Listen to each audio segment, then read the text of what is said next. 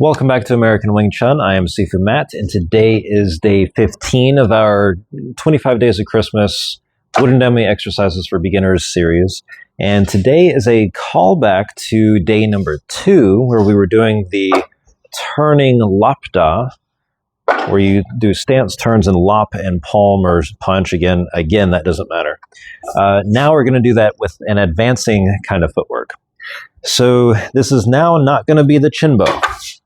This is going to be something that we did with the advancing Tanda, but now we're going to do it with the Lap-Da. So I'm going to step with the opposite arm and leg. I'm going to go on the inside of the arm. So whichever hand I have in front, that's the hand that goes forward, and it's going to go forward with this Lat-Sau shape where it's palm down to create this kind of angled wedge thing here. Kind of like the Lat-Sau going through the center, but it's palm down now. So we're going forward with this palm down thing. And if I could, I would like to strike all the way through to him, but let's say his pressure stops me, and that's what tells me I need to turn and do a Lap-Sau or a Lap-Da. So I'm going to advance opposite arm and leg in a Lat-Sau position. I'm going to put all my weight onto this front leg and do a stance turn and lop that arm. I don't want to pull it, but I want to grab it. And then I'm going to palm strike here to the trunk of the dummy. Again, leaving the palm strike or the striking hand, leaving that hand in front as I go back, and then I have the other side. So I advance with the opposite arm and leg. I'm going to turn my hand out and allow my thumb to go underneath the arm as I do a stance turn and strike and lop. So back to the other side, I step forward and turn, and then I'm back. I step forward, opposite arm and leg. Again, I'm trying to strike with that if I can, but I feel that this is stopping me, and then I go forward here. I go forward with this Lat-Sau, this controlling hand, to keep that arm in bay so he can't just hit me with it. He can't just do a jab out there. This hand has a hold of it. And if he does try to punch through with it, well, I have that hand. I just lop it. So I go forward and control that arm as I do this. When you're doing this technique, this other hand that's pointing at you is not in play. His other hand should be on that side of his body. So you're doing this to the outside of his outside arm, and then coming in with a Lap-Sau and a strike. I'm coming forward. This arm is not in play. His other arm should be over here. And as I turn, he is going to be pulled further so he can't hit with this back hand. So I'm going forward and striking and turning.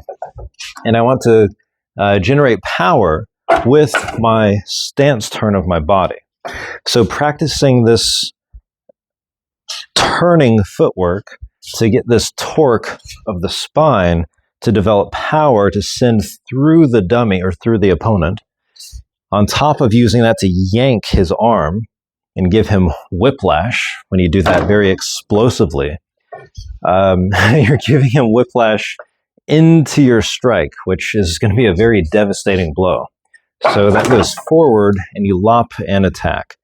From there, the hand that you have lopped, if you're going to think of applications, is now going to pock that arm to keep it in check to free up this hand to strike. I don't want him just to have a free hand. I want to make sure he can't hit me with that hand.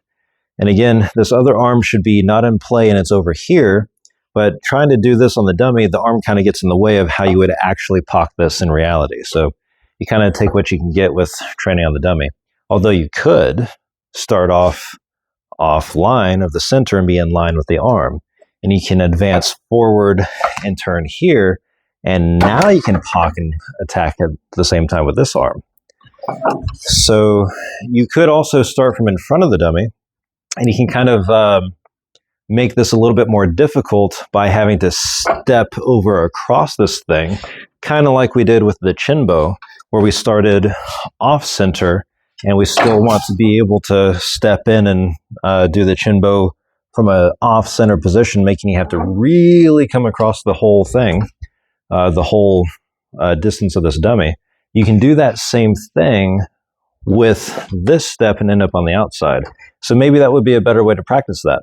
And you can you can do whatever you can think of, as long as you know how the arms function as directions of force, and you know how to turn your body and get offline of that oncoming force.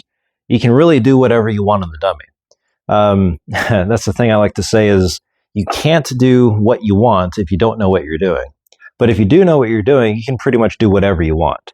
It takes a lot of experience to get to that point, but once you know how this equipment works, and you can think of whatever technique you want to try to apply on it, the sky's the limit. You can do whatever you want. So if you're wanting to train this thing, you can step off to the side and do this. I kind of like that as a transition, but you can also do this just stepping in front and just focusing on that one technique. Going across, this is kind of difficult to lop that arm, so that step makes it very important to get off sides to this thing. But I mean, just pick whichever one feels the best for you. If it's easier to do one or the other, try the more difficult thing and see if your skill level can increase by doing something more difficult. So this is day 15, the advancing Lap-Sau.